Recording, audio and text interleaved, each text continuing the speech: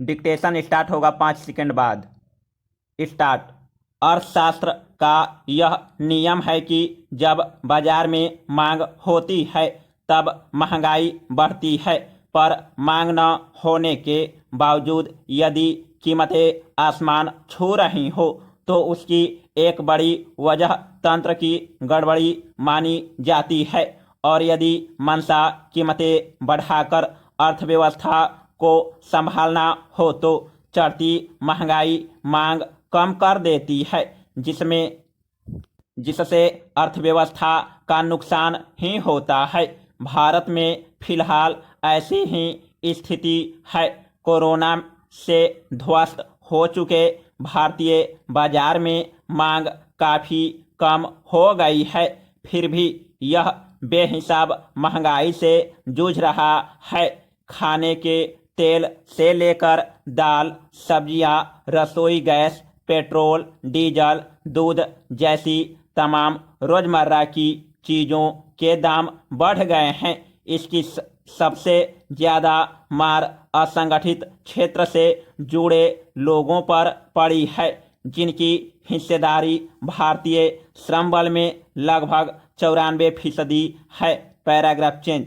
आंकड़े बताते हैं कि मई में खुदरा महंगाई दर बढ़कर 6.3% हो गई, जबकि अप्रैल में यह 4.23% थी। महंगाई दर भी अपनी रिकॉर्ड ऊंचाइयां पर है। चूंकि थोक मूल्य का असर उपभोक्ता मूल्य पर पड़ता है और पिछले मार्च से ही थोक मूल्य में तेजी दिख रही है, इसका मतलब है कि आने वाले महीनों में भी उपभोक्ताओं को शायद ही राहत मिल सके। हालांकि महंगाई दर गिरने का अर्थ यह नहीं होता कि वस्तुओं के दाम कम हो रहे हैं। इसका मतलब होता है कीमत बढ़ने की उसकी रफ्तार कम हो रही है। Paragraph change.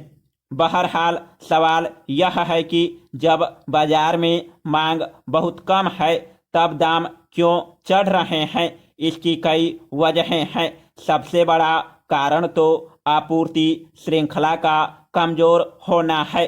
कहा जा रहा है कि फसल वर्ष 2020-21 में देश में खाद्यान्न का रिकॉर्ड उत्पादन हुआ है और 2.66% वृद्धि के साथ वह रिकॉर्ड 30.5 करोड़ टन की ऊंचाई पर पहुंच गया है। इस रिकॉर्ड पैदावार के बावजूद यदि खाद्यान्न के मूल्य चढ़ रहे हैं तो साफ है कि बाजार में उनकी पर्याप्त आपूर्ति नहीं हो रही।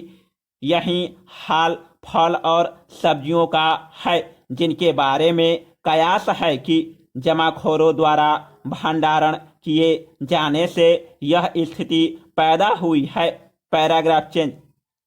पेट्रो उत्पादन का गणित अलग है। चूंकि चीन, अमेरिका जैसी अर्थव्यवस्थाएं सुधार की राह पर है, इसलिए कच्चे तेल, धातु आदि की अंतर्राष्ट्रीय कीमतें बढ़ रही है, जिसका नुकसान हम जैसी अर्थव्यवस्थाओं को हो रहा है जो अब तक कोरोना से उबर नहीं सकी हैं। दिक्कत यह भी है कि हमने इन पर कई तरह के टैक्स लगा रखे हैं, जबकि यह जगजाहिर तथ्य है कि पेट्रो उत्पादों की कीमतों और महंगाई में सीधा रिश्ता होता है।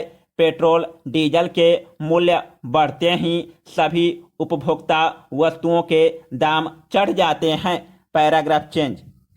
सामान्य उपभोक्ताओं द्वारा इस्तेमाल में किए गए खरीदे जाने वाले उत्पादों यानी फास्ट मूविंग कंज्यूमर गुड्स के निर्माता भी महंगाई बढ़ने की एक वजह बता रहे हैं। उनका कहना है कि उनकी लागत बढ़ने की वजह से एफएमसीजी के दाम बढ़ गए हैं, मगर उनका यह तर्क गले नहीं उतरता, क्योंकि तमाम मुश्किलों के बाद भी न सिर्फ अनिवार्य वस्तुओं की खरीदारी बनी हुई है।